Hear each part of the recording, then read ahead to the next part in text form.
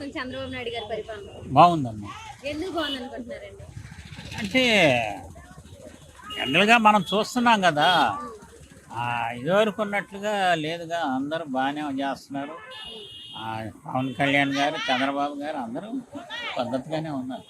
అంటే మీరు ఎన్నో ఏళ్ళుగా రిటైర్ కాకుండా కానీ ఓటు వేసి ఉంటారండి. అవునా? చంద్రబాబు నాయుడు గారు ఇప్పటికే 4 సార్లు సీఎం అయ్యారు. దీంతో ఆయన గతంలో సీఎం అయినప్పుడు ఎలా పనులు చేశారు, ఇప్పుడు ఎలా చేశారండి రాష్ట్రం విడిపోయిన తర్వాత? ఇప్పుడు ఇంకా బాగా చేస్తున్నారు, ఇంకా బాగా చేస్తున్నారు. అండ్ ఎందుకు బాగా చేస్తున్నారు అంటే మీరు అప్పటి నుంచి ఇప్పటికి ఏమైనా మార్పులు ఉన్నాయా మన ఏపీలో? మార్పులు అంటే ఇప్పుడు అక్కడ అమరావతిలో డెవలప్ చేయటమే కదా మార్పు అంటే, ఇంకేముంది? డెవలప్ జరుగుతుందంటారా? జరుగుతుంది కదా. అది మంచిదేనంటారా ఇక్కడ అమరావతి రాజధాని అవడం? మంచిదే. మరి 3 రాజధానులు అన్నారు కదా. 3 రాజధానులు కరెక్ట్ కాదమ్మా.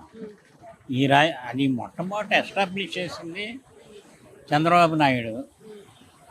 అది ఎందుకంటే మన తెలంగాణ నుంచి విడిపోయిన తర్వాత ఇదే కదా, మరి ఇది డెవలప్ చేసుకోకపోతే ఎక్కడి నుంచి వస్తుంది మనకి రాజధాని? ఎక్కడి నుంచి వస్తుంది? మన ఆంధ్రప్రదేశ్కి రాజధాని ఎక్కడి నుంచి వస్తుంది మరి చెప్పండి. 3 రాజధానులు అన్నారు కదండి, వైజాగ్ నో అది కరెక్ట్గా, రాజధానే కరెక్ట్. మరి ఇది డెవలప్ అయ్యేసరికి ఇప్పుడు ఇది సెంట్రల్ గవర్నమెంట్ యాక్సెప్ట్ చేసి ఇది రాజధాని అని డిక్లేర్ చేసిన తర్వాత దాని గురించి ఆలోచన ఎందుకు? మళ్ళీ ఎవడన్నా వచ్చి మారుస్తాడా? మామూలుగా అయితే ప్రజల మీద భారం పడిపోయింది, ఇది డెవలప్ అయ్యేసరికి ఎక్కువ అని చెప్పేసి అంటున్నారు. ఏ భారం పడుద్ది అనేది ఎవరు చెప్తున్నారు? ఏమైనా దానికి కొలమానం ఉందా, తూకం ఉందా? ఎవరన్నారు? అన్నారు కదండి వైసీపీ వాళ్ళు, జనాల మీద భారం వేయడానికి కొన్ని అంటే లక్షల కోట్లు ఖర్చు అయిపోద్ది అనవసరంగా అంటున్నారు కదా. సరే, ఇప్పుడు వాళ్ళ అభిప్రాయం వాళ్ళు చెప్పారమ్మా, మా అభిప్రాయం మేము చెబుతున్నాం కదా, ఆ లోతులోకి మేము ఎందుకు వెళ్తాం? మాకు అవన్నీ అవసరం లేదు. పబ్లిక్గా కనపడుతుందా లేదా? చంద్రబాబు నాయుడు లాంటి అనుభవజ్ఞుడు ఎక్కడ ఉంటాడు? అనుభవం ఉన్న మనిషి దొరకడం కష్టం కదా. ఏ జన్మలో ఎవరున్నారో చెప్పండి. భారతదేశంలోనే లేడు. ఒక్కటే కాదు, ఇది భారతదేశంలోనే అలాంటి మనిషి లేడు. మెయిన్ అది. ఇంకా అంతకంటే ఏం చెబుతాం? అది పరాకాష్ట కదా. ఇంకా అది అమ్మాటికి విజన్ ఉన్న మనిషి కదమ్మా. చంద్రబాబు నాయుడు పరిపాలన తర్వాతనే ఎవరిదైనా సరేనమ్మా, ఆయనది చాలా బెస్ట్గా ఉంటుంది. చాలా బాగుంది అమ్మా. అంటే ఆయన అన్ని రకాలుగా భేద సాదా అందరినీ చూస్తున్నారు. జేబులో డబ్బులు లేవు, ఎవరైనా 5 రూపాయలు భోజనం పెట్టేవాడు ఈ ప్రపంచంలో ఉన్నాడా? ఈ ప్రపంచంలో మరి ఇంతకంటే సాక్ష్యం కావాలి? అవును, అదే చాలా వాళ్ళకి జీవితానికి అది మంచి పద్ధతి కదమ్మా. ఆ పని చేసుకుంటున్నారు వాళ్ళు. అక్కడ ఎక్కడికైనా వెళ్ళి తినాలంటే, ఇప్పుడు బయట హోటల్లో తినాలంటే 50 రూపాయలు మినిమంగా, ఎక్కడ మామూలు హోటల్లో తినా రాదు. 100 రూపాయలు 5 రూపాయల భోజనం వస్తుందంటే కష్టపడే వాళ్ళందరికీ అదొక రూపాయి అయినా ఆదా కదా. మనకి అమరావతి రాజధాని కావడం ఎలా అనిపిస్తుంది? అది మంచిదే. అమరావతి రాజధాని ముందు నుంచి అనుకున్నదే కాబట్టి, అనుకున్న దాన్ని మళ్ళీ చేస్తున్నారు కాబట్టి బాగుంది. అమరావతి రాజధాని అవడం వల్ల ఇక్కడ కొన్ని లక్షల కోట్లు ఖర్చు అయిపోతాయి, ప్రజల మీద భారం పడిపోయింది అని వైసీపీ వాళ్ళు అంటున్నారు కదండి.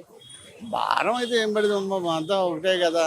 మొత్తం మన ఆంధ్రప్రదేశ్ మొత్తం ఒకటే, ఎక్కడైనా రాజధాని కట్టాల్సింది. ఇక్కడ మరి ముందుకు నుంచి రాజధాని ఇక్కడని చెప్పి ఎకరాలు తీసుకున్నప్పుడు దానికి సమకూర్చాలి కాబట్టి మరి కొంచెం ప్రయాణం టైం పడుతుంది, చేస్తూ ఉన్నారు. అవసరానికి మించి ఎక్కువ భూమిని తీసుకున్నారని కూడా అంటున్నారు కదండి. అది ఎంతవరకు అనేది ఇంకా మనకు ఒక ప్రణాళిక మొత్తం వస్తే కానీ తెలియదు. ఇప్పుడు వచ్చిన దాన్ని బట్టి ఒక్కొక్క తీసుకొస్తున్నారు కాబట్టి అది ఎంతవరకు వాడతారో తెలిస్తే కానీ ఆ మిగిలింది ఏంటనే తెలుస్తుంది అప్పటి వరకు. అంటే ఇదంతా చాలా లోతట్టు ప్రాంతం, వర్షాలు వచ్చినా వరదలు వచ్చినా మొత్తం మునిగిపోయే ప్రాంతంలో రాజధాని కడతాం అంటున్నారు.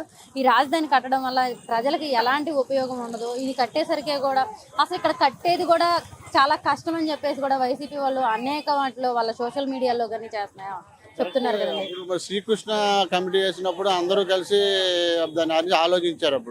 ఆలోచించినప్పుడు ఇక్కడ బాగుంటుంది అని చెప్పి అప్పుడు ప్రభుత్వాలు కానీ అప్పుడు అన్నప్పుడు ప్రతిపక్షంలో ఉన్నప్పుడు ప్రభుత్వం ఉన్నప్పుడు కూడా చెప్పారు, శ్రీకృష్ణ కమిటీ చేసి బాగుంటుంది అని చెప్పి.